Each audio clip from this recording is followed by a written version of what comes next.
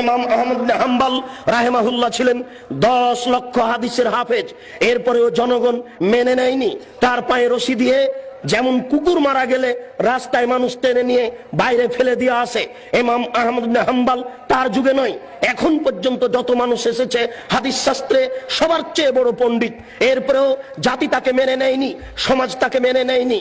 তার পায়ে রশি দিয়ে রাস্তায় টানা হতো, তাকে পিটানো হতো।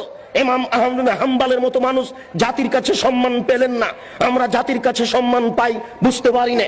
বুঝতে হবে আমাদের প্রচারের ত্রুটি রয়েছে। হক বড় তিতা, যা কালকে বলছিলাম। জাতি কেন সম্মান করে, জাতি কেন মূল্যায়ন করে? কই কেউ তো ইট মারে না, ঢেল মারে না, পাটকেল মারে না, সম্মান সহকারে খেতে দেয়।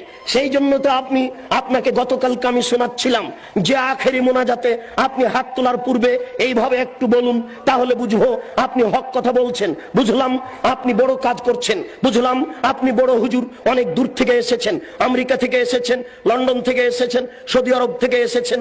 আপনি টুঙ্গির আখেরি মোনাজাতে অংশগ্রহণ করবেন, 1 ঘন্টা আপনি মোনাজাতে থাকবেন। সারা পৃথিবীতে মানুষ টিভি চ্যানেলে আপনার মোনাজাতে অংশগ্রহণ করবে। সেই টুঙ্গি থেকে নিয়ে মতিঝিল পর্যন্ত মানুষ একাকার হয়ে আপনার মোনাজাতে অংশগ্রহণ করবে। দেশের নেতা নেত্রী এই মোনাজাতে অংশগ্রহণ করবে। হুজুর আপনি একটু হক কথা বলুন না, আপনি বলুন। আল্লাহর নবী বলেছেন লা ইয়াফলাহু কওমুন ওয়াল্লাহু আমরাহুম ইমরাতান। ওই জাতি কোনোদিন পরিত্রাণ পেতে পারে না যে জাতি নারীকে করেছে নেত্রী। ওই জাতি কোনোদিন পরিত্রাণ পেতে পারে না যে নারীকে করেছে নেত্রী। ওই জাতি কোনোদিন পরিত্রাণ পেতে পারে না যে জাতি নারীকে করেছে নেত্রী। আপনি বলুন দোয়া করার পূর্বে আল্লাহ রাসূল বলছেন আলী লা তাদুতিম সালান ইল্লা তামাস্তাহু ওয়ালা কাবরান মুসরিফান ইল্লা সাওয়াইতাহু। আলী তুমি ছাড়বে না কোনো উঁচু কবর, সবকে ভেঙে সমান করে দাও। আলী তুমি ছাড়বে না কোনো ছবি মূর্তি, সবকে ভেঙে একাকার করে দাও। আপনি এই বক্তব্য দেওয়ার পরে এবার হাত তুলে দোয়া করুন, দেখা যাবে কত নেতা নেত্রী আপনার দোয়াতে অংশগ্রহণ করে, কত জনগণ আপনার দোয়াতে অংশগ্রহণ করে। আপনি হাত তুলে দোয়া করার পূর্বে বলুন আল্লাহর নবী বলেছেন মান সাদ্দা ফুরজাতান বানাল্লাহু লাহু বাইতান ফিল জান্নাহ। আল্লাহর নবী বলেছেন সালাত আদায় করার সময়তে দুইজনের মাঝে যেই ফাঁকা রয়েছে এই ফাঁকা বন্ধ করে যে আল্লাহ তার জন্য জান্নাতে ঘর নির্মাণ করেন। আপনি বলুন একটু, এরপরে আপনি হাত তুলে দোয়া শুরু করবেন। বাইতুল মুকাররম হচ্ছে বাংলাদেশের জাতীয় মসজিদ। বাংলাদেশের যারা বড় আলেম তারাই সেখানে খুতবা দেওয়ার অধিকার রাখে।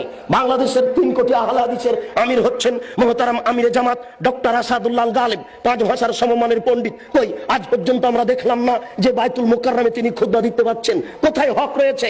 কে হকের কথা বলবে? আপনি একটু দোয়া করার পূর্বে বলুন। দেশবাসী শোনো, যারা বাইতুল মুকাররমের ইমাম তারাও শুনে রাখুন। আল্লাহর নবী বলেছেন মান সাদ্দা ফুরজাতান বানাল্লাহু লাহু বাইতান ফিল জান্নাহ। যেই ব্যক্তি দুইজনের মাঝের ফাঁকা বন্ধ করবে তার জন্য আল্লাহ জান্নাতে ঘর নির্মাণ করবেন। আল্লাহর নবী বলছেন এই শুনো, আমি দেখতে পাচ্ছি দুইজনের ফাঁকা দিয়ে শয়তান প্রবেশ করছে। তিনি কত কিছু বললেন এই কাতারকে সুন্দর করে সারিবদ্ধ হয়ে প্রাচীরের মতো হয়ে দাঁড়ানোর জন্য। আর বাইতুল মুকাররমে গিয়ে দেখি, অন্যান্য মসজিদে গিয়ে দেখি একজন 1 হাত সামনে আছে, 1 হাত পিছনে আছে, কোন জায়গাতে 2 হাত ফাঁকা আছে, 5 হাত ফাঁকা আছে, এইভাবে সালাত শুরু হয়ে যাচ্ছে।